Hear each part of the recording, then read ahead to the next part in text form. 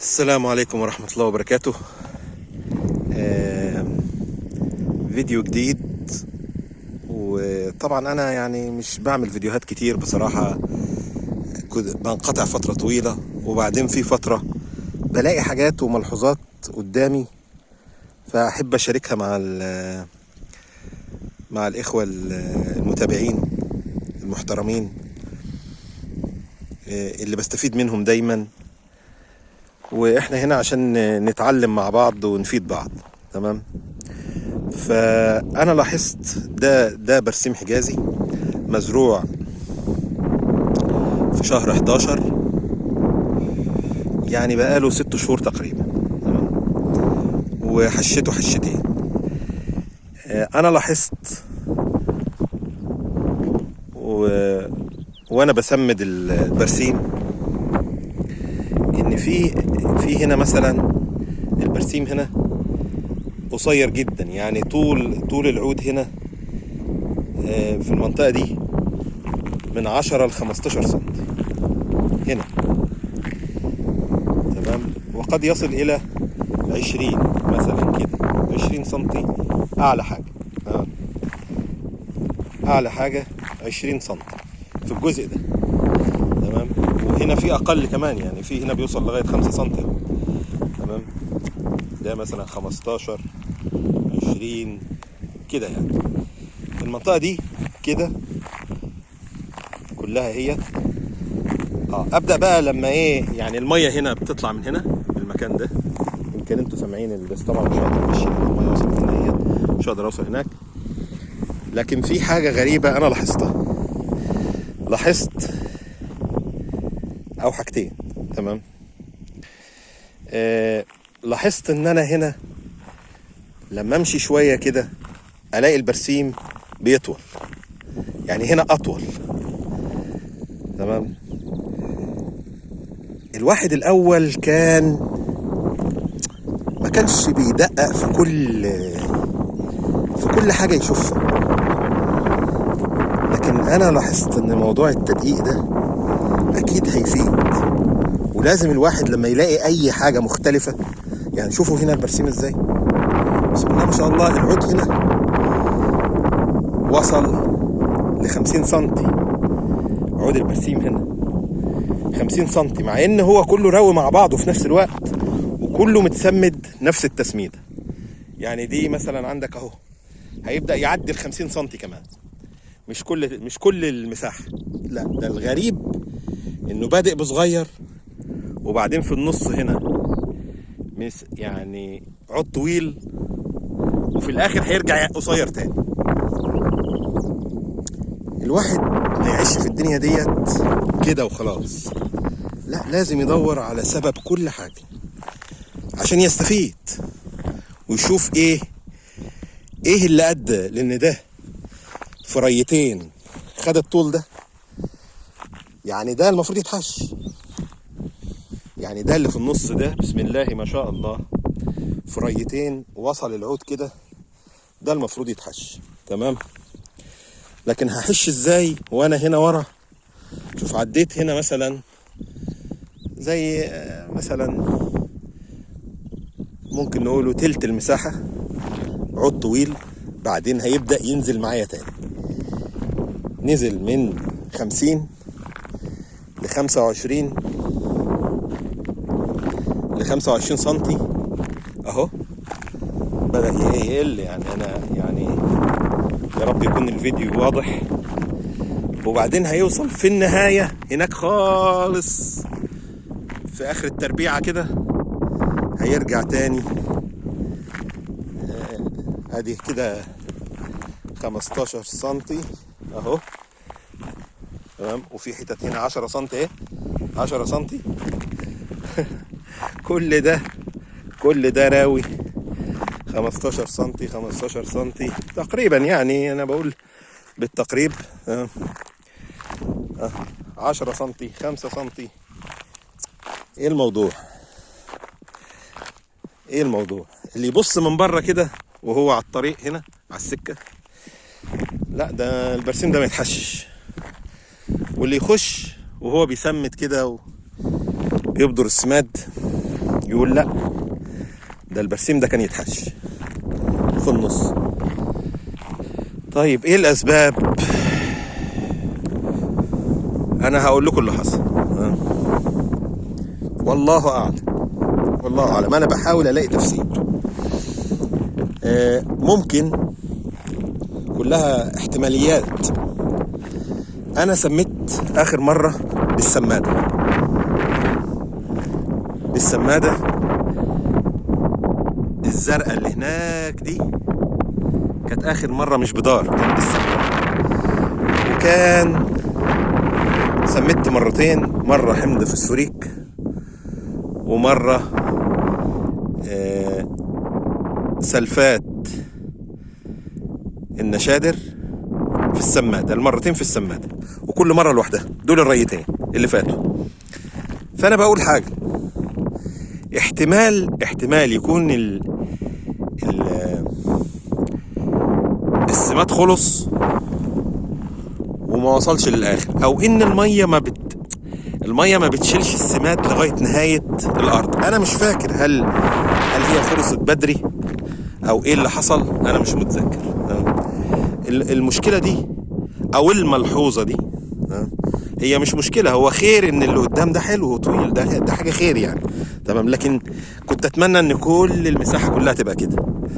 طبعا أنا عارف إن الناس اللي بتزرع، كتير من الناس هم بيزرعوا أرضهم، اللي هم البياع التجار اللي بيبيع دايما يجي يقول لك انا عندي برسيم حجازي طول العود مش عارف 70 سنتي، تمام، وهنا الارض 10/10 وهنا ويقعد يفرجك.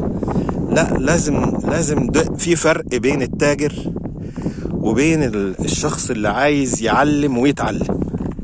واحنا كده هنا يعني القناة ديت انا عاملها عشان انا اتعلم، واللي حابب يستفيد ويتعلم عشان محدش يخسر فلوسه.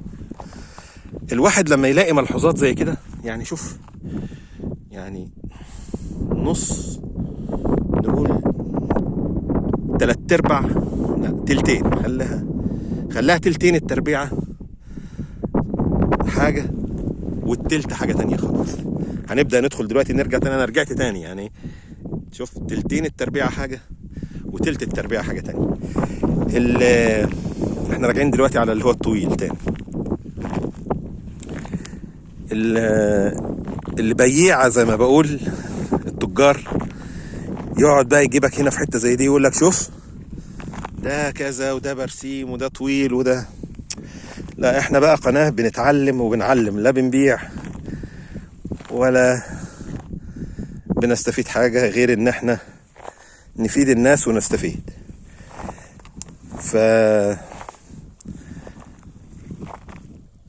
ممكن نرجع تاني للنقطة اللي انا كنت التفسير. ليه؟ ممكن يكون السماد، نوعية السماد بتركن. يعني سلفات النشادر اللي انا اعرفه عنها ان هي بتلتصق بالتربة، بتتمص. سلفات النشادر تتمص بالتربة، فهي من الأسمدة اللي بتمسك في التربة. فاحتمال يكون وضعها في السمادة غلط، تدوبها وتنزلها كده مع مية الري، ممكن يكون غلط. وهو ناعم، انا جايبه ناعم، احتمال يكون ده شغله اكتر للتنقيط. فاحتمال يكون مشي شوية دول، المية دفعت المية جابته لغاية نص التربيعة كده وخلاص، وركن هنا وفضل هنا، واتغذت نص التربيعة الاولاني افضل من الاخير. والاولاني ليه؟ ما لان دفعة المية ممكن تزقه شوية. ده تفسير عندي يعني، احتمال يكون صح احتمال يكون غلط. فدفعة المية من المحبس بتضغط على زائد الميول، بيضغط على السماد ان هو سايل يروح مع المية، بس بيوصل لغاية هنا والدفعة انتهت. فهو ممكن بيكون بيترسب وينزل يلتصق بالتربة ويبقى خلاص موجود في التربة. هو طبعا يعني دي ميزة ان السماد يلتصق في التربة. ليه؟ عشان ما يروحش معاه مية الصرف. والصرف مش شرط تكون الصرف في مصرف او الصرف في التربيعة الاوطى منها، لا، هو فكرة الصرف حتى في التربة.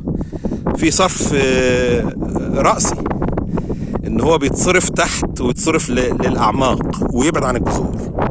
لان في ناس فاهمه ان الصرف يعني في مصرف بس، لا، الصرف ان هي تتصرف. يعني يقول لك الارض دي جيده الصرف. جيده الصرف يعني ميتها بتتصرف تحت في الاعماق، تمام.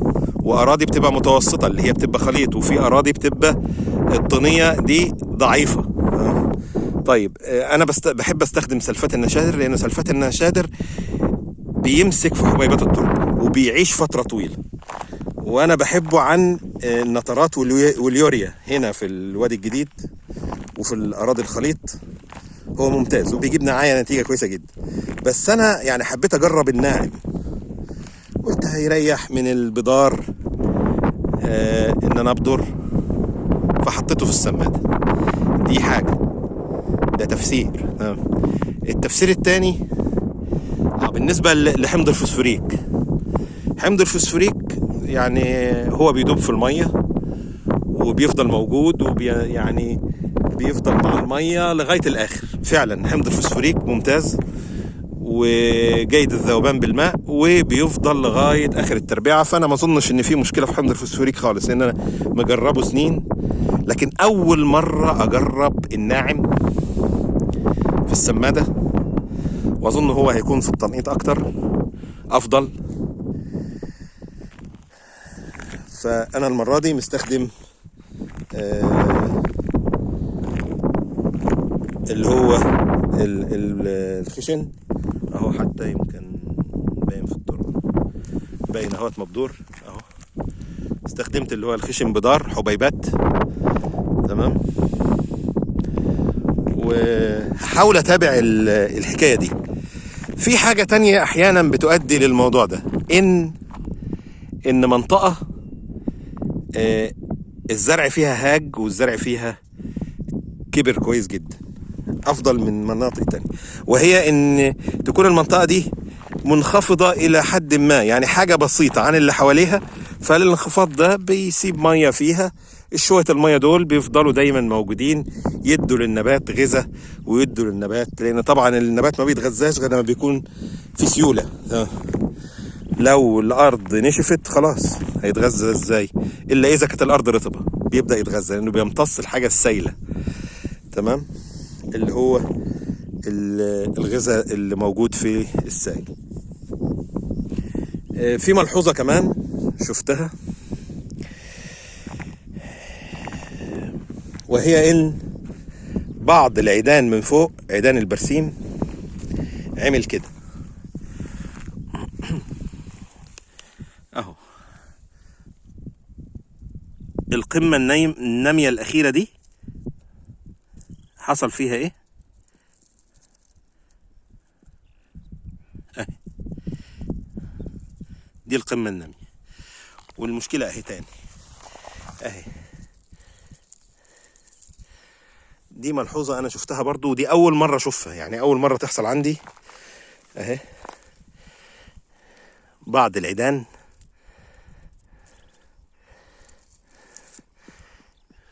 تمام اهي، ممكن نقول مثلا نسبة 10%. يعني هنا حلوة اهو مفيش مشكلة، لكن هنا اهي تمام، ممكن نقول يعني اقل من 10% كمان.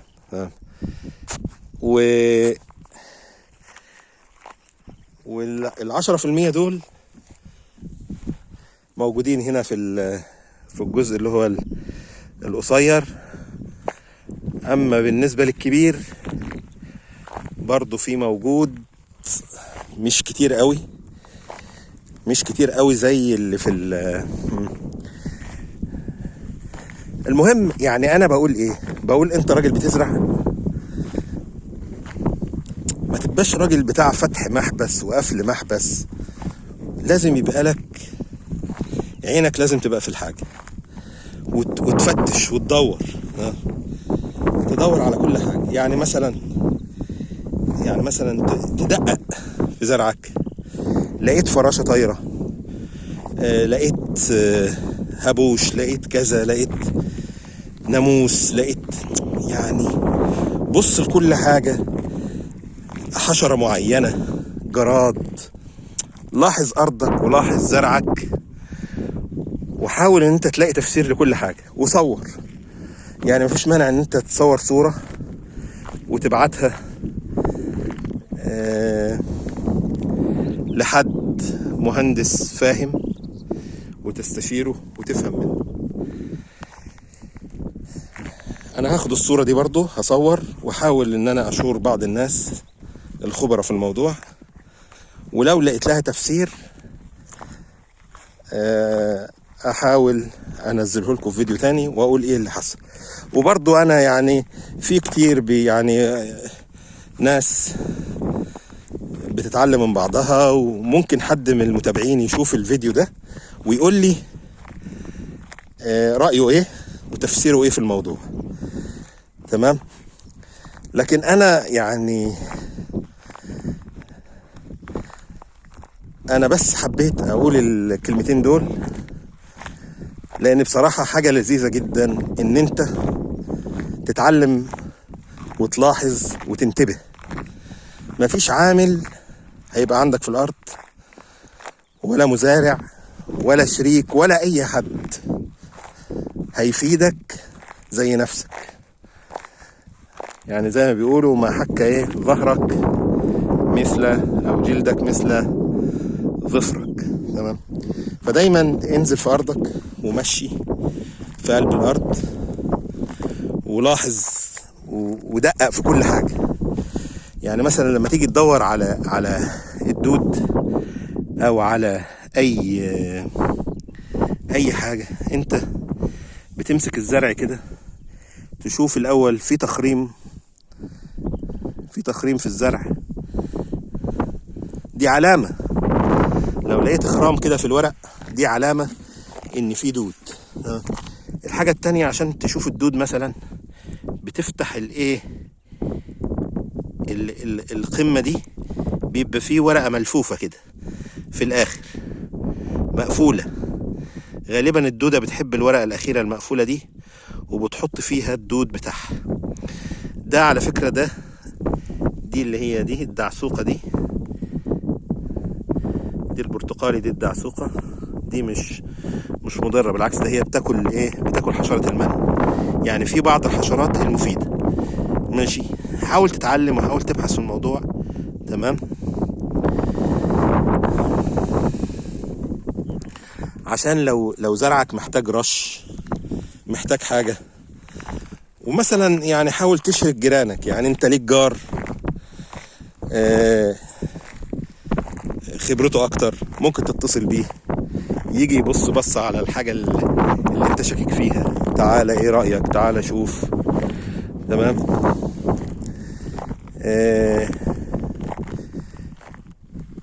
فانا باكد دايما على ان انت تلاحظ وان انت تنتبه وتاخد بالك، وسيبك من اللي بيقعد يقول لك ده الارض. لا، الارض عايزة اللي يلاحظها. الارض ممتازة ودخلها ممتاز وخير والحمد لله، ولكن مش للي نايم واللي مكسل واللي قاعد في بيته واللي مكسل يروح ويجي وينزل الارض ويلف فيها. لا، الارض عايزة انت بنفسك صاحب الارض تنزل وتبص عليها. يعني مثلا التقاوي دي تقاوي ممتازة وشغالة معانا حلو، لكن في حاجة التقاوي كيف فيها دي. مثلا دي تقاوي، ده العود ده برسيم بلدي اهو. تمام. زهرته حتى مختلفة. ده البرسيم الحجازي، زهرته بنفسجي كده. تمام. ده عود بلدي اهو. فالتقاوي المفروض العود ده يتشال. طبعا العود ده مش بيكون كويس في البال. حلو. فانت النهارده عرفت ان التقاوي دي فيها مشكلة. ماشي. وادي كمان عود اهو، عود اهو. ماشي. واضح اهي. تمام. ولو لفيت هتلاقي. اذا في غش، في غش. ما هو النهارده اللي بيبيع لك في وسط ادي عود اهو، كمان عود اهو، ده عود برسيم بلدي ماشي حلو. وفين تاني هنجيب؟ فالنهارده اللي بيبيع لك وبيغشك ويبيع لك نسبة يمكن هنا قليل شوية، لكن أنا عندي فوق هنا، عندي تربيعة مليانة من التقاوي البرسيم البلدي. وطبعا احنا بتبان اكتر، ممكن ما تبانش طول الموسم، لكن بتبان اكتر دلوقتي لان خلاص نهاية البرسيم البلدي وبيبدأ يتقي وخلاص وهيروح، هيضيع من الارض. لكن هو ممكن يضيع عليك حشات، يعني ممكن انت بتبيع بسعر اقل. المهم الخلاصة ان كل واحد ينتبه من ارضه ويركز فيها ويتعلم، يسمع فيديوهات زي دي، يشوف ايه المشاكل، الناس اللي بتطلع المشاكل فعلا. ما فيش شغلانة حش واكسب واقبض، ما فيش شغلانة في الدنيا انت عمال تحط فلوس في جيبك، لا، في عقبات. وإلا لو في شغلانة سهلة وما فيهاش اي مشاكل كل الناس هتشتغلها وهيسيبوا كل الشغلانات التانية. لا، كل شغلانة فيها مميزاتها وفيها عيوبها وفيها صعوباتها، لكن الشاطر هو اللي يستمر ويجتهد ان هو يقدر يطلع احسن انتاج واحسن فايدة من المكان اللي هو فيه ومن الزرعة اللي هو بيعملها.